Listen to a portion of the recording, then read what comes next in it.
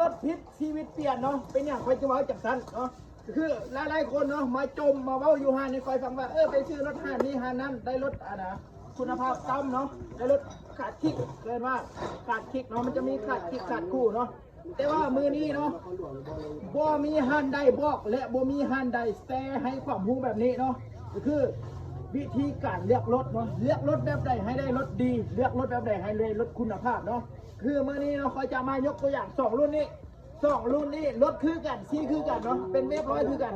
แต่มันจะมีคันที่ว่าเป็นขัดคิกแล้วเป็นขัดคู่เนาะแล้วเบิ้งขัดคิกเบิ้งแบบใดขัดคู่เบิ้งแบบใดเนาะเดี๋ยวมาเบิ้งใกล้ๆเนาะเดี๋ยวจะให้เบิ้งเนาะจะบอกเป็นกลุ่มที่ว่าทึกตัวก็จะเป็นเฉพาะกลุ่มที่ว่าเป็นผู้หญิงเนาะแล้วก็กลุ่มที่ว่าบ่ฮู้เป็นผู้เฒ่าที่ว่าบ่ฮู้ข้อมูลเกี่ยวกับรถต้องไปซื้อรถคือทางอื่นเขาเจ้าตัวแต่หันค่อยบ่ตัวค่อยเว้าความจริงเนาะลูกค้าเต็มใจซื้อลูกค้าบ่เต็มใจบ่ซื้อก็บ่เป็นหยังเนาะเดี๋ยวมาเบิ่งใกล้ๆเนาะมาเบิ่งคัดคิกคัดคู่เป็นแบบใดเนาะตัวนี้จะเป็นคัดคู่เนาะเบื้องซ้ายมือค่อยนี้เนาะเอาเตะแป้งเนาะมาแค่จักมันสิเนาะแกะจักมันสิเนาะแกะจักจังสิเนาะตัวนี้จะเป็นจักอันนี้เขาเรียกว่าขาดคู่เด้ออันนี้ขาดคู่จักจะเป็นเกียงแบบนี้เนาะอันนี้เขาเรียกว่าขาดคู่แล้วมาเบิ่งฝั่งนี้เนาะมาเบิ่งฝั่งนี้อันนี้เขาเรียกว่าขาดคิกตัวเบื้องขวามือคอยนี้เนาะตัวนี้ขาดคิกเนาะขาดคิกเป็นแบบใดมาเบิ่งน้ำกันนี่เนาะเอาเตะแปดคือเก่าเนาะเตะแปดไปหั่นน็อตนี้ออก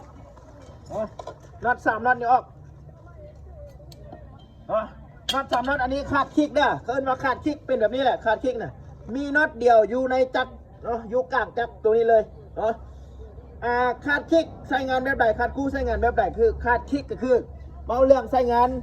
มันจะค่อนข้างเข้าเลขยากเนาะเข้าเลขยากหรือว่าเรื่องการใช้งานมันจะบ่ทนเนาะแล้วตัวนี้ขาดคู่ก็คือ1ประหยัดน้ำมันทนทานแล้วก็เรื่องอะไรมันสามารถใส่กระป๋องทั่วไปได้เอาง่ายๆคือใส่กับตัวของดีของดาได้เนาะของรุ่นดีรุ่นทนได้ตัวนี้เนาะรถ2รุ่นนี้คือกันทุกอย่างคือกันเนาะขาดคิกราคาเท่าไหร่ให้ขาดคู่ราคาเท่าไหร่เนาะขาดคิกราคาเพียงแต่9 ล้านกีบเด้อ9 ล้านกีบเนาะขาดคู่เท่าไหร่ขาดคู่ไม่แต่12 ล้านเนาะหลายคนถามว่าเห็นห้างนี้คือบอกราคาเห็นห้างนั้นขายรถคือบอกราคาเพราะว่าเขาเจ้าเป็นเซลล์ขายเป็นพนักงานขายเนาะแต่ว่านี่ค่อยเป็นเจ้าของห้างและค่อยขายเองเนาะขาดคิก9 ล้านกีบเนาะขาดคู่12 ล้านกีบเนาะอยากได้ให้โทรหา